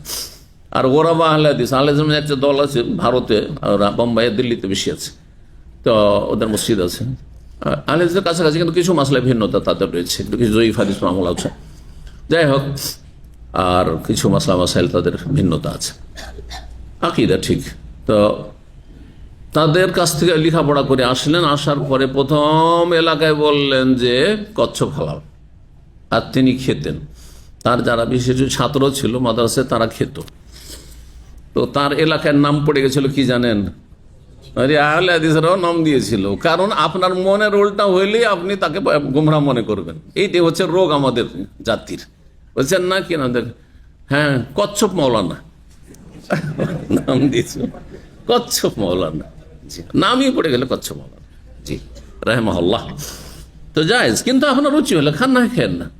তবে ওলামারা বলেছেন যেই কচ্ছপটা পানিতে থাকে, ও শুকনায় নিয়ে আসলে মারা যাবে। মাটির তলায় চাষ করছেন, হ্যাঁ, হাল চালাচ্ছেন, আর যদি পেয়ে যান সেখানে পানি টানি নেই, হ্যাঁ, রসাল মাটি আছে, মাটির তলায় পান, তাহলে সেটা খাওয়া যায় না। ওলামারা বলছেন দুটো জাত রয়েছে তার, আল্লাহু আলাম। মাসলা ইখতিলাফি অবশ্য।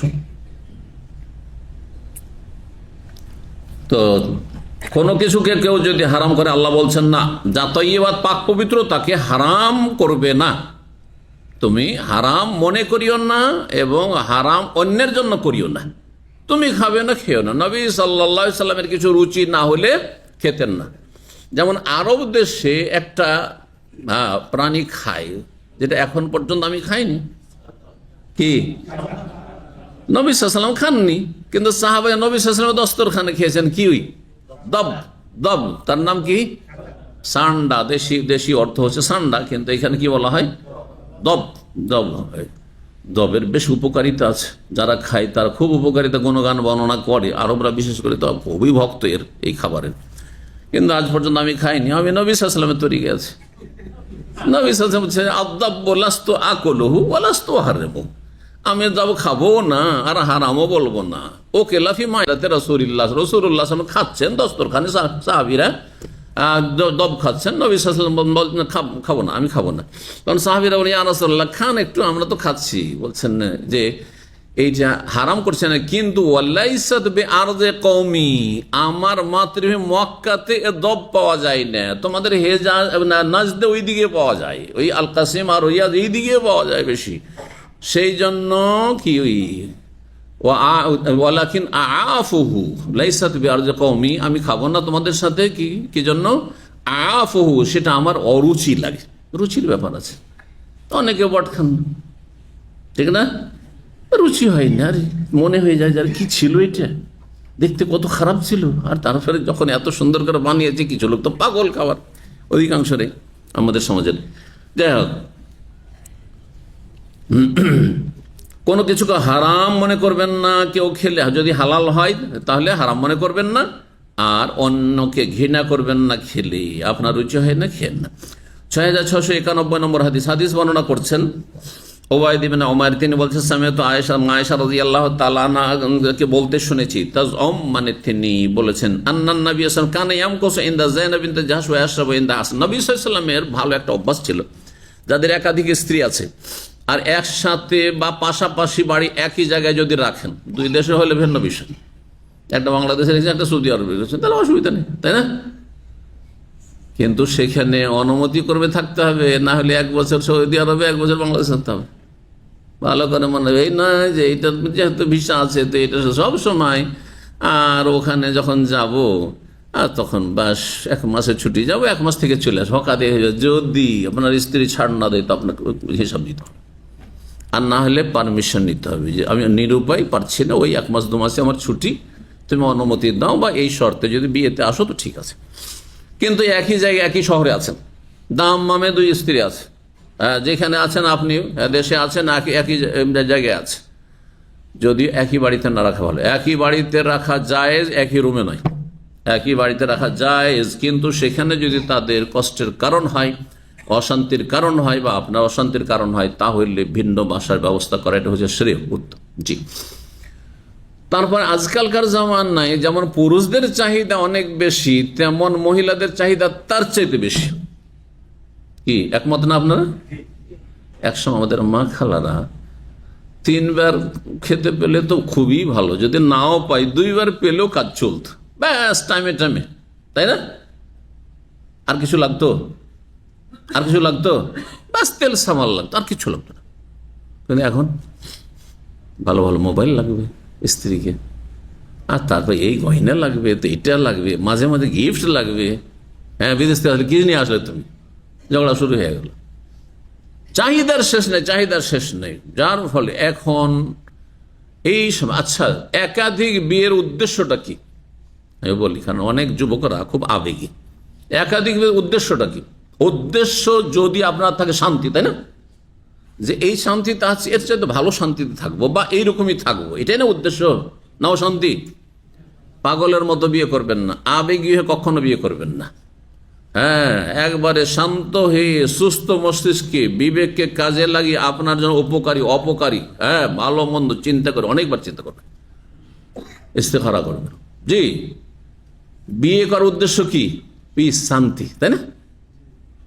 একা তো সারা জীবন থাকতে পারেন, তার কোনো দায়িত্ব নেই, নিজের পেট নিয়ে চিন্তা, আর কোনো চিন্তাই তো নেই, কিন্তু আপনি বিয়ে করছেন শান্তির জন্য না? তো একাধিক বিয়ে করবেন, হ্যাঁ, আরো বেশি শান্তি কমপক্ষে পাবো, না হলে কমপক্ষে যেই শান্তিটা আছে সেটা অব্যাহত থাকে, বহাল থাকবে। আর যদি দেখা যায় যে ভাই দ্বিতীয় বিয়ে তৃতীয় বিয়ের পরে অশান্তি শুরু হয়ে গেল, তো এই বিয়ে করাটা আপনার দিনের জন্য উপকারী নয়, আর দুনিয়ার জন্য আখিরাতের জন্য উপকারী না, কোনো ক্ষেত্রে উপকারী না। কারণ যখনই অশান্তি হবে, এই অশান্তির কারণে আপনি বিভিন্ন গুনাহে জড়িয়ে যাবেন, সীমা লঙ্ঘনে জড়িয়ে যাবেন। হ্যাঁ, আপনি জুলুম করে ফেলবেন, কোনো একজন স্ত্রীর উপরে জুলুম করে ফেলবেন, কখনই এর উপরে জুলুম করে দিচ্ছে, কখনো ওর উপরে জুলুম করে দিচ্ছে, হবে না? হবে না? এই জন্য আবেগী হবেন আজকালকার কিছু যুবকদের মতো, সই আকীদায় আশায় মানে বিয়ে করো না রে ভাই, না, শান্তি থাকলে করুন, খুব ভালো। আর যদি ঝুঁকিপূর্ণ মনে করেন, কখন আপনি এদিকে যাবেন না। আজকালকার জামানার ভাইদেরকে বলছি। জি, কালকে একজন বলছেন 2 বিয়ে করেছেন, খুব কাছের মানুষ আমার, আর তার মধ্যে একজন আরব মেয়ে বিয়ে করেছেন। আমি বলে যে বিয়ে করে আপনার অনুভূতি কি? আরবটা দ্বিতীয়, বিয়ে করার অনুভূতি কি? বলছে যে দ্বিতীয় বিয়ে করার পরে এখন শোনাবার চাইতে শুনতে হয় বেশি, মানে কথা শোনাবার চাইতে শুনতে হয় বেশি, চুপ থাকতে হয়। কি বুঝলেন? বুঝতে পেরেছেন না? মানে বেশি বকর বকর করে, বকাঝকা করে, আমাকে শুনতে হয়। আগে আমি বকাঝকা করতাম হয়তো, এখন বকাঝকা শুনতে হয়। বুঝতে পেরেছেন? এই জন্য দ্বিতীয় তৃতীয় বিয়ে করলে আপনাকে সবরের পাহাড় হইতে হবে। ধৈর্যের পাহাড় হইতে পারবেন? পাহাড়ে যতই আঘাত করেন, পাহাড় আপন জায়গায় স্টিল। ধৈর্যের পাহাড় হইতে পারলে ঠিক আছে। আর ধৈর্য যদি না ধরতে পারেন তাহলে জালেম অবশ্যই হয়ে যাবে কোন এক সময়, যখন তখন জুলুম করে ফেলবেন। আল্লাহ বুঝার তৌফিক দান করেন। তো রাসূলুল্লাহ সাল্লাল্লাহু আলাইহি সাল্লাম বিভিন্ন হিকমতের জন্য, দেখেন, সৎ উদ্দেশ্যে বিয়ে করতে হবে, উদ্দেশ্য যেন সৎ হয় আপনার। নবী সাল্লাল্লাহু আলাইহি ওয়াসাল্লাম বিয়েগুলিতে বহুমুখী হিকমত ছিল, বহুমুখী হিকমত ছিল। এই হিকমত নিয়ে বেশ কিছু কিতাব লেখা হয়েছে, জানি না বাংলায় আছে কিনা, কিন্তু আমরা আরবি তো কিতাবগুলি পড়েছি। বহুমুখী হিকমত, এক একটি বিয়ের পিছনে হিকমত ছিল। কেন বিয়ে করেছেন নবী সাল্লাল্লাহু আলাইহি ওয়াসাল্লাম আয়েশা, কেন হাফসাকে বিয়ে করেছেন, কেন উম্মে সালামা, কেন জুয়াইরিকে বিয়ে করেছেন? জুয়াইরিকে বিয়ে করার আগে তার বংশের লোকেরা কট্টর কাফের নবীর দুশমন ছিল সাল্লাল্লাহু আলাইহি ওয়াসাল্লাম। যখন তাদের জামাই হয়ে গেলেন নবী সাল্লাল্লাহু আলাইহি ওয়াসাল্লাম, তখন বলছে, আরে আমাদের জামাই, আমাদের সেহের, আর তার সাথে দুর্ব্যবহার করব, তার সাথে খারাপ আচরণ করব, চলো সবাই মুসলমান হয়ে যায়। হাজারের অধিক মানুষ বা হাজারের মতো মানুষ ছিল সেই বংশের, সবাই মুসলমান হয়ে গেল একবার। জি, এটি একটি বললাম, এরকম বহুমুখী হিকমত রয়েছে।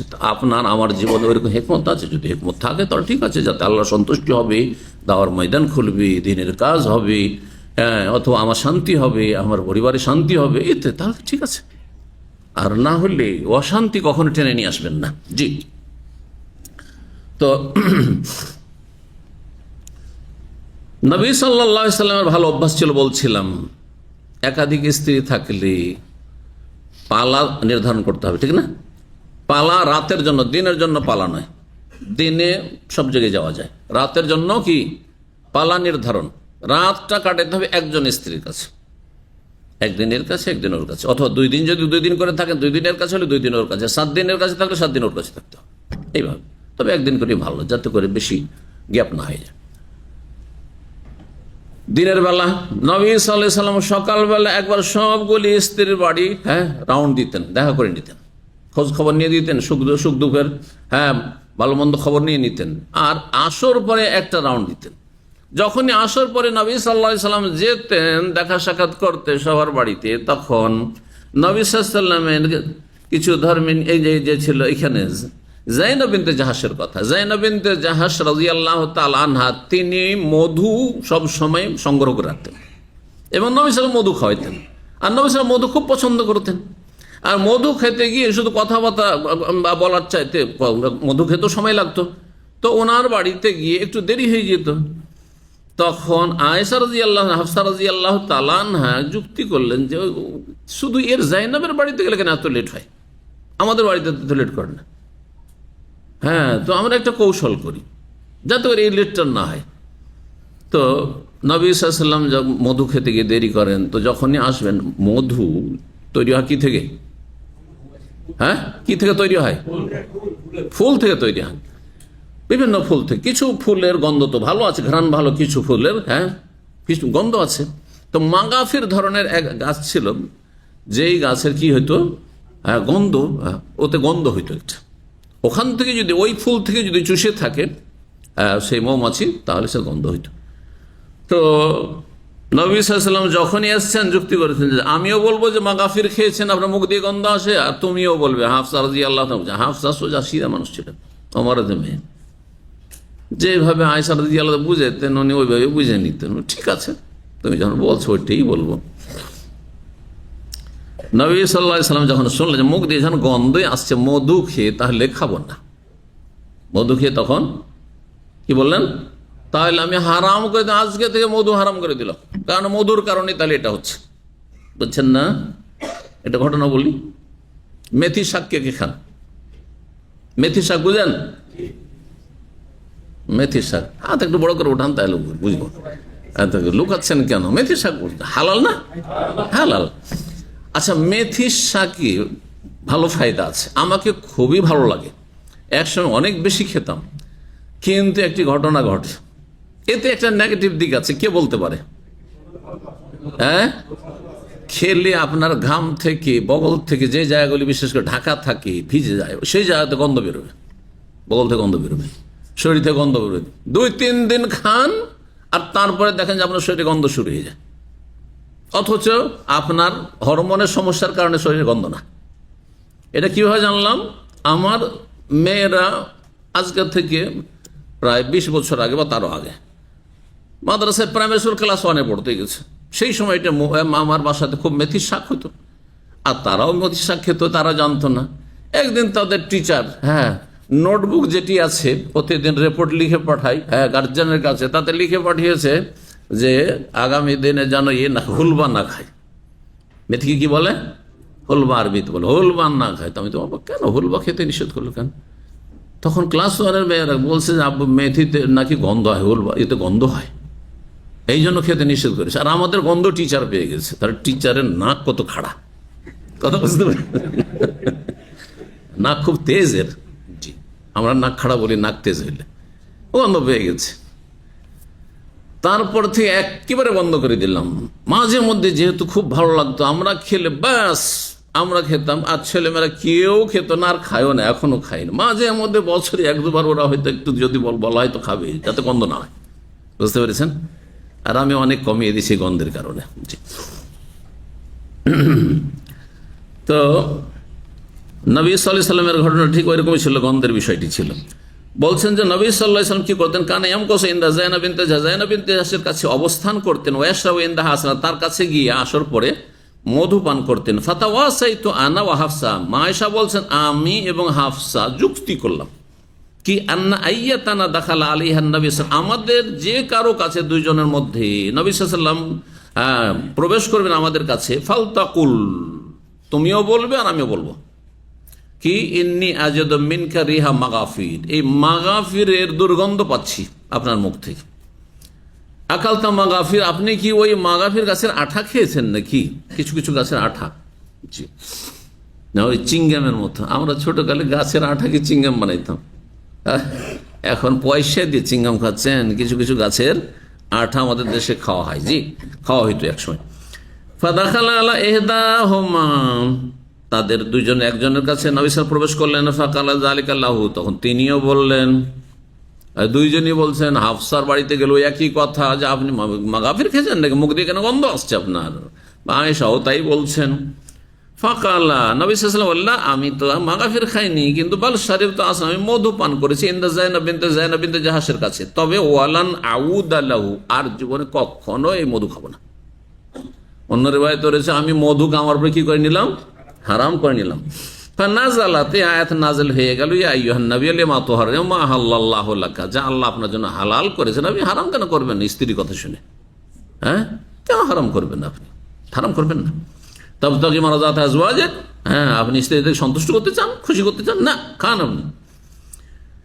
তারপরে আল্লাহ বলছেন ইন তাতুবা ইলাল্লাহি ফাকাদ সাগাত কুলুবুকুমা, আল্লাহ সম্বোধন করেছেন আয়েশা এবং হাফসা রাদিয়াল্লাহু তাআলা আনহাকে যে তোমরা ভুল কাজ করেছো, নবী সাল্লাল্লাহু আলাইহি ওয়াসাল্লামকে আমার নিয়ামত থেকে তোমরা বঞ্চিত করেছো, বিভ্রান্ত করেছো, ভুল বুঝিয়েছো।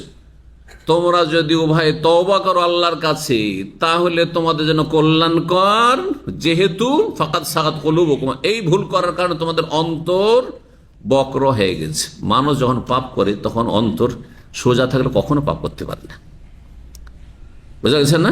অন্তর নিয়ত যদি সোজা থাকে তাহলে কখনো পাপ হবে না।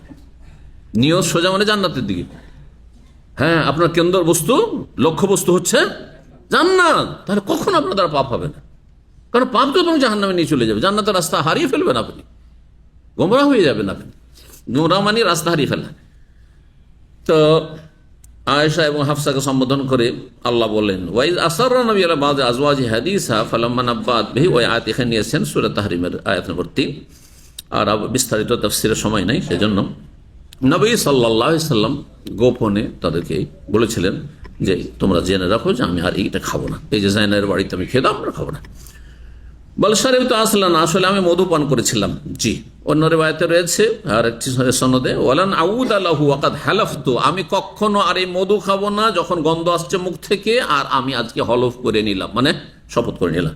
ফালা তুখবিরি বিযালিকা আহাদান, কাউকে বলিও না, কাউকে বলিও না যে মধুকে আমি হারাম করে ফেলেছি। জি, কারণ হয়তো জাইনাব কষ্ট পাবে এই জন্য যে আমি এমন কিছু খাওয়াইলাম যে নবী সাল্লাল্লাহু আলাইহি ওয়াসাল্লাম মুখে গন্ধ চলে আসলো। যাই হোক, 26 নম্বর অধ্যায় বলছে বাবুল ওয়াফা ইবিন নাজি, অধ্যায় হচ্ছে মান্যত পুরা করা সম্পর্কে। মান্যত পুরা করা সম্পর্কে, মান্যত যদি কেউ করে তাহলে পুরা করা কি ফরজ। কখন ফরজ? হ্যাঁ, যদি কাজটি জায়েজ হয় বা নেকির হয় তাহলে, কমপক্ষে জায়েজ না হলে মুস্তাহাব তাহলে। আর ফরজ যদি হয় কাজটি, তাহলে মান্যত করুক আর না করুক তো ফরজই আছে। কথা বুঝতে পারছেন না? এখন একজন বেনামাজি মান্যত করেছে, আল্লাহ আমার রোগটা যদি ভালো হয়ে যায় তা আমি ফজর পড়বো, চলবে? আর এমনি তোমাকে মুসলমান থাকার জন্য ফজর পড়তে হবে, তো এই মান্যত চলবে না তোমার। কথা বোঝা গেছে? কিন্তু যদি আল্লাহ আমার যদি আল্লাহ যে এর কাজটা হয়ে যায় তাহলে আমি তাহাজ্জুদ শুরু করবো আজকে থেকে, তো জায়েজ, মুস্তাহাব কাজ তাহাজ্জুদ পড়া, জায়েজ কাজ। হ্যাঁ, যে কোনো জায়েজ কাজ। আল্লাহ এই কাজটি যদি হয়ে যায় তো আমি একটু কোন এক জায়গায় ঘুরে আসো, বাহারাইন ব্রিজ ঘুরে আসো, মান্যত। এটা জায়েজ না জায়েজ নয়?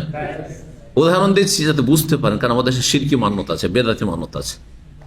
তাহলে ফরজের উদাহরণ দিলাম, ফরজ ফরজ আদায় করতে হবে, ও মান্যত করেন না করেন, তাই না? মান্যত চলবে না, এক্ষেত্রে প্রযোজ্য না। সুন্নত মুস্তাহাবের ক্ষেত্রে চলে মান্যত, জায়েজের ক্ষেত্রে মান্যত চলে না। জায়েজের উদাহরণ দিলাম, যে কোনো জায়গায় ঘুরতে যাবো, ঘুরতে নেই কি নয়, মোবাহ, শুধু জায়েজ। আচ্ছা, এখন শিরকি মান্যত, আল্লাহ যদি আমার ছেলেটার মেডিকেলে চান্স পেয়ে যায় বা পাশ করে নাই, তাহলে আমি শাহজালাল মাজারে যাবো, একটা চাদর চড়াবো। কি করলো? শিরকি মান্যত। আর একজন, এগুলো দেশে মান্যতা আছে, অনেক মান্যতা আছে, একটা খাসি জবাই করবো, হ্যাঁ আজমির শরীফ যাব, আমি এখানে সৌদি আরব আছি, ইরাকের ভিসা করে বাগদাদ শরীফ যাব, শিরকি মান্যত, এগুলো হারাম পুরা করা, মুসলিম থাকবে না। কথা বলছেন? আচ্ছা, বেদাতি মান্যতের উদাহরণ দিই। বেদাতি মান্যত, আল্লাহ যদি আমার এই কাজটি হয়ে যায়, ছেলেটা আমার যদি এই পাশ করে নেয়, অথবা আমার স্ত্রীর অসুস্থ আছে ভালো হয়ে যায়, তাহলে আমি একটা মিলাদ পাঠ করাবো, মিলাদ করাবো, মিলাদ মহফিল করাবো। হ্যাঁ, জায়েজ? বেদাত। তো বেদাতি মান্যত করা যাবে না, পালন করা যাবে না। মানত করলেও কসমের কাফারা দিতে হবে। শিরকি মানত পালন করা যাবে না, কসমের কাফারা দিতে হবে। মাসলা পরে আসবে একটি, যে যেই মান্যত পুরা করা যাবে না, ও কাফারাত কাফারাত ইয়ামিন। সহিহ বুখারীতে হাদিস না, কিন্তু সহিহ মুসলিম হাদিস রয়েছে। কাফারাতুন নাজরে কাফারাতুল ইয়ামিন, মানত যদি পুরা করা সম্ভব না হয়, সেটা শিরক, সেটা বেদাত, সেটা হারাম, সেই জন্য আর এমন মান্যত করে ফেলেছেন, তাহলে কসমের কাফারা দেন আর মুক্ত হন। যেমন কোনো কিছু হারাম করলে কসমের কাফারা দিতে হবে। আর একটি মান্যত বলি, নাস্তিক সেকুলারদের মান্যত, যদি আমি ইলেকশনে পাশ করে নি তো আমার দলের লোকদেরকে মদ খাওয়াবো, হ্যাঁ সিনেমা হলে নিয়ে যাবো। একসময় সিনেমা হল ছিল, আজকাল তো পকেটেই সিনেমা হল, তাই না? আল্লাহ হেফাজত কর পাপ থেকে। তো কি করব? মদ খাই না, বিজয়ের দিনে মদ খাই না, অনেকে খায়, অনেকে খাওয়ায়। জি, তো যদি এটা করে তাহলে মান্যত পুরা করা যাবে না, হারাম, কারণ এটা হারাম মান্যত। তাহলে আমরা দুই ভাগ করতে পারি মান্যতকে, জায়েজ মান্যত আর হারাম মান্যত। হারামগুলি শিরকি মান্যত, বেদাতি মান্যত, আর কোনো গুনাহ করার মান্যত, এগুলো সব হারাম। জি, তো মান্যত পুরা করা ফরজ যদি তাতে কোনো বাধা না থাকে। আর সে মান্যত যদি পুরা না করতে পারেন তাহলে কি করতে হবে? কসমে কাফারা দিতে হবে। মহান আল্লাহর বাণী সূরা ইনসান। সূরা ইনসান আবার কোথায় আছে কোরআনে? সূরাতুদ দাহরের অপর নাম হচ্ছে হাল আতা আলাল ইনসানে হিনুম মিনাদ দাহরি। এই প্রথম আয়াতে দাহর শব্দটিও আছে আর ইনসানও আছে। এই জন্য এই সূরার নাম হচ্ছে সূরাতুল ইনসান, এই সূরার নাম হচ্ছে সূরাতুল দাহার।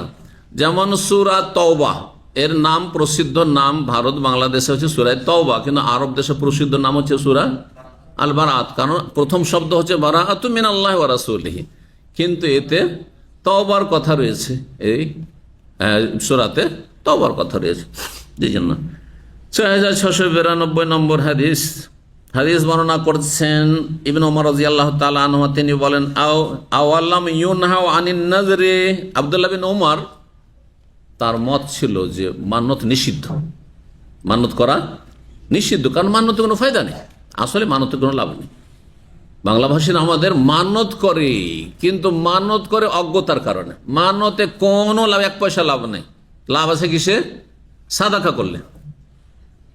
আপনার কোনো আল্লাহর কাছে আশা আকাঙ্ক্ষা আছে, আল্লাহ যেন আমার ছেলেটাকে পাস করে দেয়, আল্লাহ যেন আমার স্ত্রীকে ভালো করে দেয়, অসুস্থ আমি যেন সুস্থ হয়ে যাই, এই জন্য অগ্রিম দান করে দেন, সাদাকা, এটা আপনার কাজে আসবে। কিন্তু আল্লাহর সাথে আপনি শর্ত লাগাচ্ছেন যে আল্লাহ তুমি যদি ভালো করে দাও আমাকে, তাহলে তোমাকে কি করব, তোমার রাহে দান করব। যদি বলেন আমাকে উদাহরণ দিয়ে বুঝায় যে শেখ, যদি আমার একটা কাজ আছে কফিলের সাথে, একটু টেলিফোন করে আমার কাজটা সেরে দেন, তো আপনাকে রোমান্সে দাওয়াত দেব, আমি দাওয়াত নিব না, বলবো যে বেয়াদব, বলবো না যে কন্ডিশন লাগিয়ে দাওয়াত, কথা বলছেন না। এই জন্য মানতে খানিকটা বেয়াদবি আছে আল্লাহর সাথে। যদি এইটা হয় তাহলে এটা করবো, এইরকম মান্যত। যদি আরবদের কাছে বা ফোকাহাদের কাছে দুই রকম মান্যত আছে, একটা শর্ত লাগিয়ে যে আল্লাহ এটা হইলে করব, আর একটা হচ্ছে লিল্লাহি আলাইয়া, আল্লাহর জন্য আমার ওপর এটা নিজে ফরজ করে নিলাম, আবশ্যক করে নিলাম যে এই কাজটি আমি করব, সেখানে কোনো শর্ত নাই, দুই রকমের মানত হইতে পারে। এটা অবগতির জন্য বললাম আপনাদের। তো সালাফগণ অনেকে মানত নিষেধ করতেন, কারণ মানতের নিষেধের হাদিস রয়েছে, কারণ মানত কোনো ফায়দা নেই সেজন্য। কিন্তু শরীয়তের বিধান হচ্ছে মানত জায়েজ, কিন্তু পছন্দনীয় কাজ না। আর মানত করে নিলে পুরা করতে হবে, যদি পুরা করা সম্ভব হয়। কোরআনে বেশ কিছু আয়াত রয়েছে মানত সম্পর্কে, একটি হচ্ছে ইউফুনা বিন নাযরি, সূরা দাহারে। এটি তো তাফসীর করা হয়নি, হ্যাঁ বলি। ইউফুনা বিন নাযরি, আল্লাহ প্রশংসা করছেন জান্নাতীদের, যারা জান্নাতি, যারা ভালো মানুষ, সলেহীন, তাদের সম্পর্কে আল্লাহ বলছেন তারা কি করে, মান্যত পুরা করে থাকে। মানত করলে মানত পুরা করে, নষ্ট করে না, তারা মানত ভঙ্গ করে না। আর আরেক আয়াত রয়েছে ওয়াল ইউফু নজুরাহুম, সূরা হজে রয়েছে, তারা যেন, মুসলিমরা যেন, মুমিনরা তাদের মান্যতগুলি পুরা করে। জি, কিন্তু নবী সাল্লাল্লাহু আলাইহি ওয়াসাল্লাম কিছু হাদিসে বলছেন যে লা তানজিরু, তোমরা মান্যত করিও না, কারণ মান্যত কোনো ফায়দা নেই, এই জন্য নিষেধ করেছেন। উত্তম বিকল্প শিখিয়েছেন। উত্তম বিকল্প কি বললাম? দান, সাদাকা। নবী সাল্লাল্লাহু আলাইহি ওয়াসাল্লাম বলেন ইন্নান নাযরা লা ইউকাদ্দিমু শাইআন ওয়া লা ইউআখিরু। নবী সাল্লাল্লাহু আলাইহি ওয়াসাল্লাম বলেছেন যে মান্যত এগিয়েও দেয় না সামান্য, আর পিছিয়েও দেয় না, যে মান্যত করলেন সেই জন্য কাজটি হয়ে গেল, এমন কিছুই না। আর মান্যত করেননি, অনুমুখ মান্যত করেছে সেই জন্য তার ছেলেটা পাস করে নিয়েছে আর আপনার ছেলেটা ফেল করে গেছে, এমনও কথা বল, কিচ্ছু লাভ নেই, এক পয়সা লাভ নেই। কি লাভ তাহলে? লাভে থেকে এই মান্যতের মাধ্যমে কৃপণ ব্যক্তি টাকা পয়সা তার পকেট থেকে, তার বাড়ি থেকে বের করা হয়।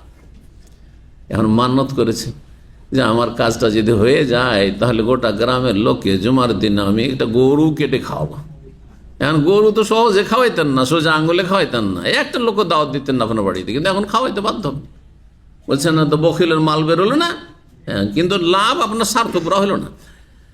6693 নম্বর হাদিস বর্ণনা করেছেন আব্দুল্লাহ বিন ওমর, বলছেন নাহান নবী আনিন নাযর, নবী সাল্লাল্লাহু আলাইহি ওয়াসাল্লাম মানত করতে নিষেধ করেছেন মায়া করে, যেটা ফায়দা নেই সেটা কেন করে, এটা হারাম করে নয়। নবী সাল্লাল্লাহু আলাইহি ওয়াসাল্লাম কখনো কখনো কিছু কাজ নিষেধ করেছেন, কি করে, কি উদ্দেশ্যে? হারাম নাজায়েজ করার জন্য না, মায়া করার জন্য।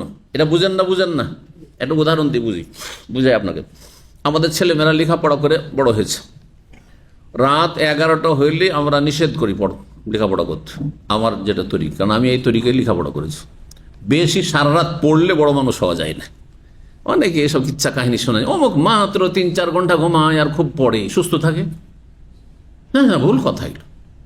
বার্ধক্য দ্রুত আপনাকে হানা দিয়ে চলে আসবে, বিভিন্ন রোগ আপনার শরীরে পয়দা হয়ে যাবে। আপনি এমন কাজ কেন করতে যাবেন? আপনি যে কোনো কাজ কন্টিনিউ করেন, গোটা বছর যদি পড়তে থাকেন তো রাত 11টা পর্যন্ত পড়ে নেওয়া যথেষ্ট একটা ছাত্রের জন্য, যে কোনো সাবজেক্টের ক্ষেত্রে।